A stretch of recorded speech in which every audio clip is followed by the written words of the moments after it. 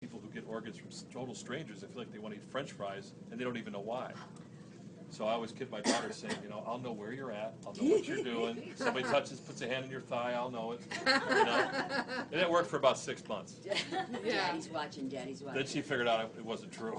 So anyway, so what happened was she graduated from high school, and we had this big board up with all these pictures of her life, and from the time she was a baby until the day she gave her commencement address.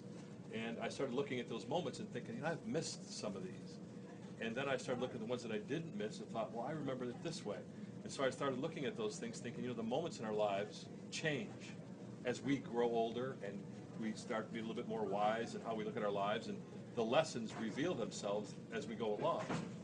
And so when we went to put I made some notes, and we went to put all the pictures back in the ultimate picture frame, which is the giant Rubbermaid. Yes. People call it a picture. You just throw them all in there. You take all these pictures, and they all end up in a box, right? So my son's going through these. He goes, hey, look at this, and look at this. And he pulled one out, and there's a chapter in the book called Higher Ground, where it was 1983. I was in Colorado in the Rockies, and I was up climbing and doing these things, and there was a picture of me making my way down the mountainside, and it's slightly snowing. And I looked at it, he goes, hey, Dad, this guy looks like you, but skinnier. Who is this? So that's me. But it started me thinking that as we change, our thoughts change. And so that was really the impetus of the book. And so the first thing I did when I started writing was taking a look around in my life, and this was the first chapter that I wrote called Big Jake. What is it about our furred and feathered friends that gets so inside of us? Perhaps it's an ancient connection from a time when the only thing between our ancestors and being the next meal for a saber-toothed tiger was a barking dog. Maybe it's the majesty of the pharaohs and the godlike qualities assigned to the forebears of the common house cat that bring a little royalty in our otherwise drab existence. For dog people, it's coming home and knowing that no matter what and how your day went, Rover will accept you just the way you are.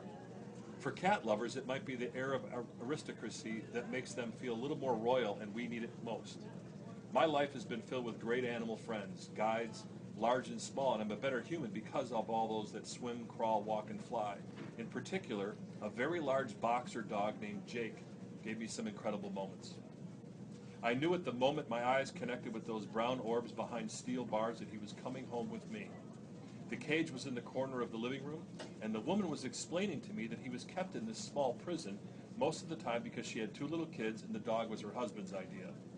A couple of bags of cheap dog food in the kitchen alluded to his bony condition, and as we spoke, I felt like this beautiful brindle boxer with the pointed ears and the stub for a tail was silently pleading for me to set him free. Being a maverick myself, I totally understood his distaste for confinement, and I thought about how everything had lined up to make this happen. You crying already? Yeah, I barely make it through this chapter, so that might happen to me too. It was just a week earlier when I had called the shelter about the possibility of someone giving up a boxer for adoption. At first, the woman laughed at me at the thought of a purebred being let go for the cost of shots or a donation to the shelter. But as with all things that are meant to be, there he was not 5 feet away waiting for me to pick him up. So will you take Jake and give him a good home? The woman asked tentatively as she held one of her kids. The other one was using a chair for a diving board into the couch. Why do you call him Jake? I asked. Well, 9 months ago when we brought him home, the movie Big Jake with John Wayne was on and it seemed to fit. I wasn't sure if it was the dog features or his swagger that resembled the Duke, but either way, the name had a ring to it. I'll make sure that Jake has a great life, I said. And with that, the cage was opened, the prisoner was set free, and out the door we went. I had taken the back seat out of my Jeep and piled it with blankets in anticipation of this event, and in one graceful bound, Jake found his place in my truck and in my heart. I watched him in the mirror as we drove back to the city. He was curled up in the same fashion he did in the cage, and for such a big dog, he had learned to become very small. The whole time we drove, he didn't move, and he kept his brown eyes fixed on me in the rearview mirror. I felt like I had not only saved his life, but somehow my own.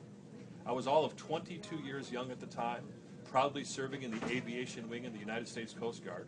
I was the quintessential All-American with blonde hair, blue eyes, a square jaw, and a life filled with sports and adventure. It seemed fitting that I have a dog that would somehow round out my existence. I was living with a young woman and had cleared the way for a possibility that I'd be coming home with a dog. The landlord was a little harder to convince. I think it was my volunteering to add $50 a month to the rent that helped. And as we bounced along the road to Chicago, I knew somehow deep inside that Jake was here to stay.